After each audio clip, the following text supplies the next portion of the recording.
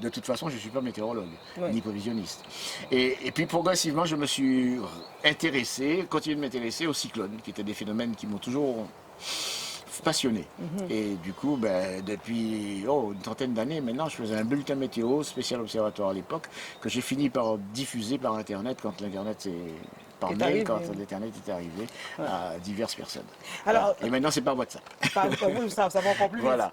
Euh, Qu'est-ce qui fait qu'aujourd'hui, vous n'ayez pas l'eau courante et que vous ayez une citerne? Qu'est-ce qui vous a Ah, décidé oui, ça c'est. Alors ça c'est ma maison, ça c'est ma partie, on va dire privée, mais presque pourquoi pas.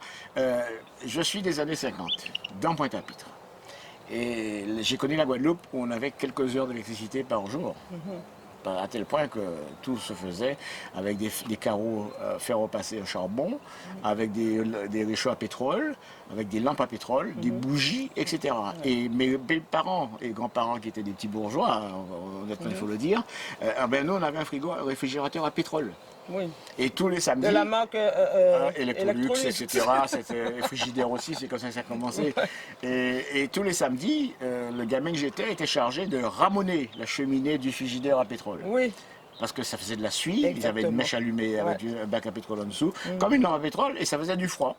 Et il y avait un entretien à faire, et le samedi, je m'occupais de ça. Et donc, j'ai gardé dans ma mémoire et dans mon éducation cet esprit de résilience. Ma grand-mère, qui bien sûr avait son réfrigérateur à pétrole, avait son garde-manger. Elle avait un garde-manger suspendu, cette espèce de petite boîte, une espèce d'armoire où j'encaisse grillagée pour empêcher aux moustiques de rentrer, grillagée suspendue au plafond par des chaînettes. Et chaque chaînette était entourée d'un petit entonnoir. Et dans l'entonnoir, il y avait de l'huile. Ce qui faisait que les fourmis ne pouvaient pas passer par les chaînettes pour rentrer dans le garde-manger. Et c'était suspendu. Et c'était grillagé. Dès que les portes étaient fermées, il n'y avait pas un ravet, pas une fourmi qui pouvait passer pour arriver à la nourriture. Et ma grand-mère avait son poisson frit, qui est stocké une semaine, à l'air libre, à température ambiante. Et il y avait du beurre qu'on pouvait stocker aussi, genre les beurres Sovaco de l'époque, des choses comme ça. Et c'était le garde-manger, les gâteaux, les machins, les biscuits, tout ça, c'était comme ça. Et on avait des réserves comme ça. Et au grenier de Galta, de cette maison qui existe toujours, Oui, Galta. le Galta, deuxième étage deuxième étage de la maison, qui existe toujours d'ailleurs, c'est mes souvenirs d'enfance. On avait des bidons de fer blanc, des gros fer blanc de presque 80 cm de hauteur, remplis soit d'haricots verts, d'haricots rouges, d'haricots blancs, de pois verts cassés, de lentilles, de riz, et ça se conservait à l'époque. Et quand ma grand-mère avait besoin de faire la cuisine, elle montait, elle allait prendre sa dose, sa choupine, je ne sais plus comment on appelait ça, et elle redescendait avec pour faire cuire ce qu'elle avait envie de cuire. Et mon grand-père, lui, faisant le marché tous les jours, ramenait des denrées fraîches, ou de la viande, ou du poisson, des choses comme ça. Et il y avait de la morue, bien sûr, il y avait la ressort, tout ça c'était conservé aussi. Et en plus, à Pointe-à-Pitre, on avait un bassin. Dans le centre-ville de Pointe-à-Pitre, il y avait de l'eau, on avait l'eau courante, ce qui était extraordinaire pour nous, on était des petits bourgeois. On avait aussi à l'époque les tinettes, les seaux de chambre, les pots de chambre, les seaux hygiéniques, et après des tinettes qu'on mettait donc, sur le trottoir tous les matins à 4 h du matin. Oui, mais aujourd'hui on sort des poubelles. Hein, maintenant on sort les poubelles, on ne sort pas les tinettes, puisque les tinettes ça s'évacue tout seul automatiquement, et personne ne veut savoir si ça devient et qui s'en occupe. Enfin bref, et ça c'était mon époque, et donc j'avais cette réserve d'eau qui faisait que quand il y avait une coupure d'eau accidentelle à l'époque, on n'avait pas vraiment de problème d'eau, sauf en période de sécheresse, carême.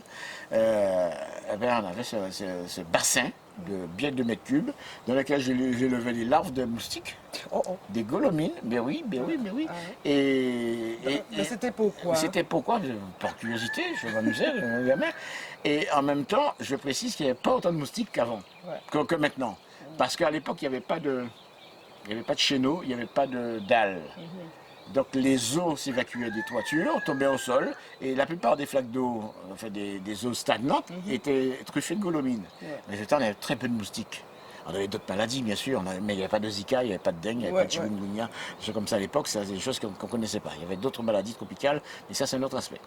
Mais donc tout cet élément, ces lampes à pétrole, etc., m'ont montré que parce que j'ai connu la SPEDEG, au Abemao, m'ont montré que on est une petite île et qu'on ne peut pas produire tout le temps de l'énergie, de la nourriture.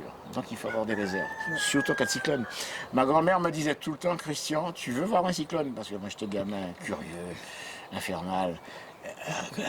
Grand-mère, quand est-ce qu'il y aura un cyclone? Ma mère me disait, pas parler de ça, ce petit garçon c'est malais. Un cyclone, c'est 10 jours d'abondance, parce que tout est par terre, il faut consommer, et 6 mois de disette. Ouais. Oh là là. Parce qu'à l'époque, il n'y avait pas de bateau, il n'y avait pas de conteneurs. Et donc il fallait attendre que les arbres, que la nourriture, que la nourriture revienne, que tout reparte, etc. Et en même temps, on importait la morue, etc., les queues de cochon et tout ça. Ouais. Donc tout ça prenait du temps. Donc j'ai appris à être prêt en me disant qu'on est un petit île, on n'est pas sur le continent. Quand il n'y a pas quelque chose, quand il manque quelque chose, il faut attendre que ça arrive. Ouais. Ou alors on le produit nous-mêmes. Oui. Et c'est pour ça que j'ai décidé, chez moi, tant que faire se peut, d'être le plus autonome possible. Pas de fil à la patte. Ouais. Donc j'ai un téléphone, mais bon, pourquoi pas, mais je peux m'en passer. Ouais. J'ai du courant électrique, mais je commence à m'en passer parce que je fais du photovoltaïque et de l'éolien. Ouais. Et je suis fournisseur à EDF d'ailleurs. Je fournis je fournis du courant, je suis producteur EDF de courant électrique, photovoltaïque. En même temps, je consomme aussi du courant électrique d'EDF, ce qui est normal, parce que je n'ai pas encore toute la puissance nécessaire pour être autonome. Et surtout, je suis totalement autonome en eau. Depuis à peu près 7-8 ans, j'ai 5 citernes de 3 mètres cubes net chacune, j'ai 15 mètres cubes d'eau. Il n'y a qu'à cette sécheresse-là, cette sécheresse qui est en train de se passer là maintenant, où je suis arrivé vraiment quasiment au bout de mes citernes. Ouais. Et encore, j'ai des citernes d'arrosage en plus. Donc j'arrosais pas que mes citernes d'eau courante, mais j'ai des citernes, j'ai 15 mètres cubes d'eau, où je suis arrivé limite à la fin de ma 5e citerne. Et heureusement qu'il a plu ces jours derniers, et surtout hier soir, où j'ai commencé à avoir de l'eau de pluie. Parce que sinon, qu'est-ce qui se serait passé? Vous auriez été j'ai un voisin. Alors comme je distribue de l'eau à mon voisin, parce qu'on est sur à peu près sur la même propriété, comme mon voisin, des fois, il subit des coupures d'eau, lui, il est relié au réseau, je lui distribue de l'eau. Alors des fois, j'étais prêt à ce qu'il me dépanne en inversant le sens du tuyau qui nous relie, lui me livrant de l'eau de ville dans mes citernes. Parce que nous voyons, nous n'allons pas vous montrer, mais nous voyons le cheminement, le chemin que prend ce tuyau. Voilà, le tuyau il passe là, juste derrière le caméraman. Et il va chez le voisin et il suffit d'ouvrir le robinet dans un sens ou dans l'autre pour alimenter l'un ou l'autre. L'un ou l'autre, si jamais tu as la vanille de l'eau. Et pareil pour le courant électrique, pour le cyclone Marie, on est resté 15 jours sans courant électrique. Pendant 15 jours, j'avais mon frigo, ma lumière qui fonctionnait, et ainsi que d'ailleurs les lumières et les réfrigérateurs du voisin, puisqu'on partageait. Voilà. Et vous vous entendez très bien. Et on s'entend très bien, effectivement. Donc nous allons nous offrir une petite pause, parce que tout à l'heure, nous parlerons de ce qui nous amène bien sûr à Trois-Rivières. Nous sommes arrivés à Trois-Rivières, Christian Tenor-Abazac, pour que vous puissiez nous parler de ces menaces, de ces différents cyclones qui menacent. Il y a des tas de choses à savoir, donc on va le savoir. Nous arrivons. Voilà, donc nous sommes toujours à Trois-Rivières, où nous sommes reçus par Christian Tenor-Abazac. Si je vous dis cette maison qui nous reçoit aujourd'hui, comment elle est, nous n'allons pas vous montrer, nous n'allons pas chercher, on peut montrer, on profite au maximum. Alors, je vais vous décrire un peu les lieux. Il y a du vert partout, des arbres fruitiers, il y a une maison conçue, j'ai l'impression que c'est un enfant qui a dessiné tellement de choses, tellement de belles choses, que plus tard, quelqu'un a pris ses plans et lui a dit, ok, on va mettre ça en musique, en paroles, etc. Et c'est magnifique. Simple, grandiose. Vraiment intéressante, une très très jolie demeure.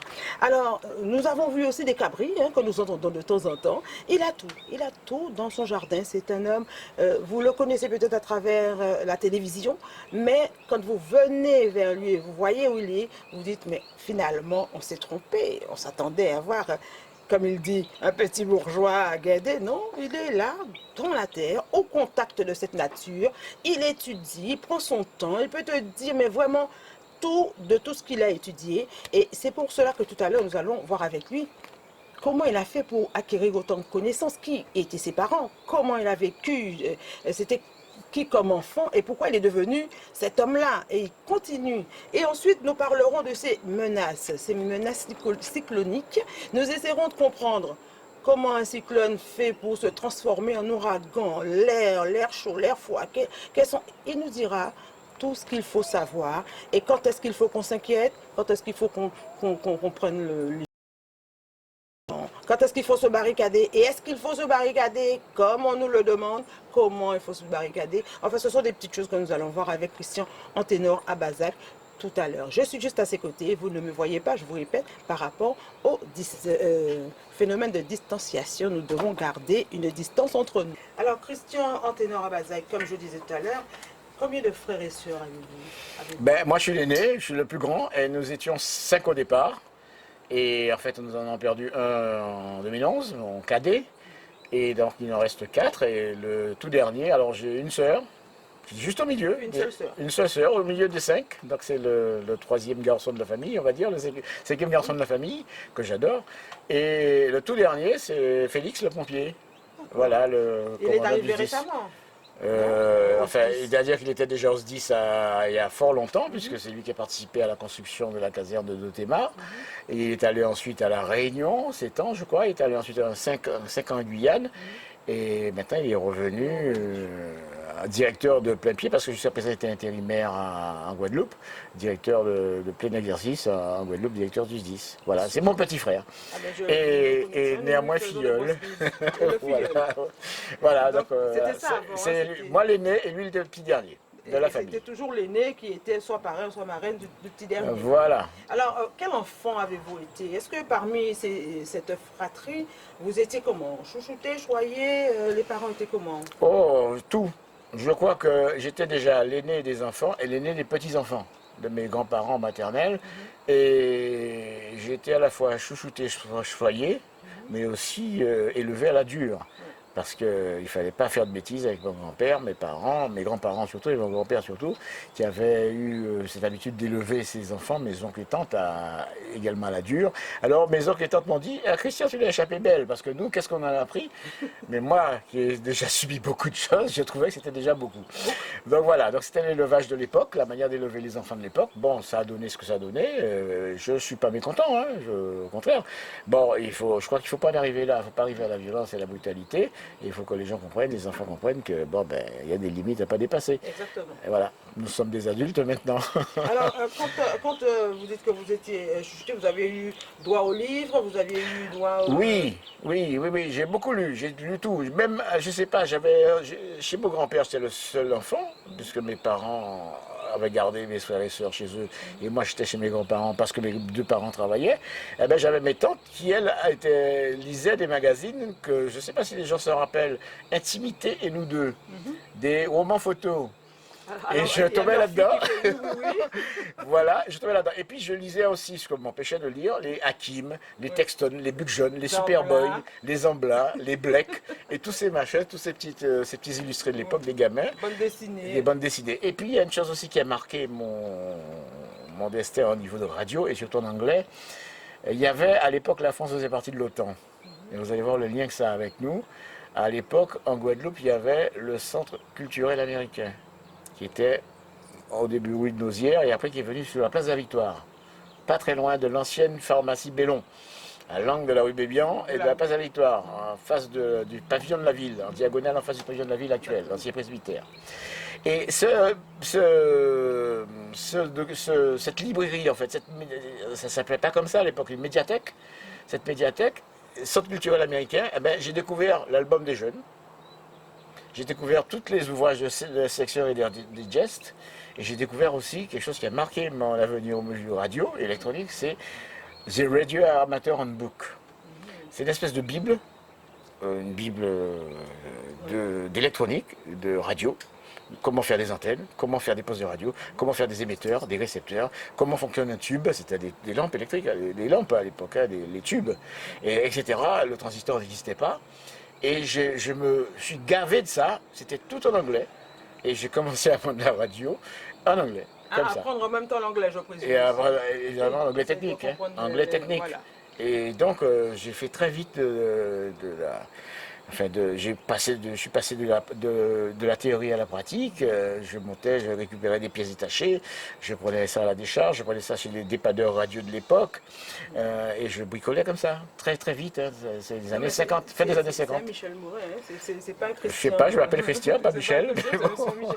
Alors maintenant, nous avons entendu qu'il y aura peut-être plus tard, au sein de cette même période cyclonique, plus de 26 cyclones. Alors, on change de sujet là. Bon, Oui, alors, oui. bon, Oui, non, mais oui, c'est, oui. Alors, les cyclones. Bon, il faut alors suivre, déjà, Murphy, il faut ouais, bon, catégorie. Alors, pour parler maintenant de la période cyclonique.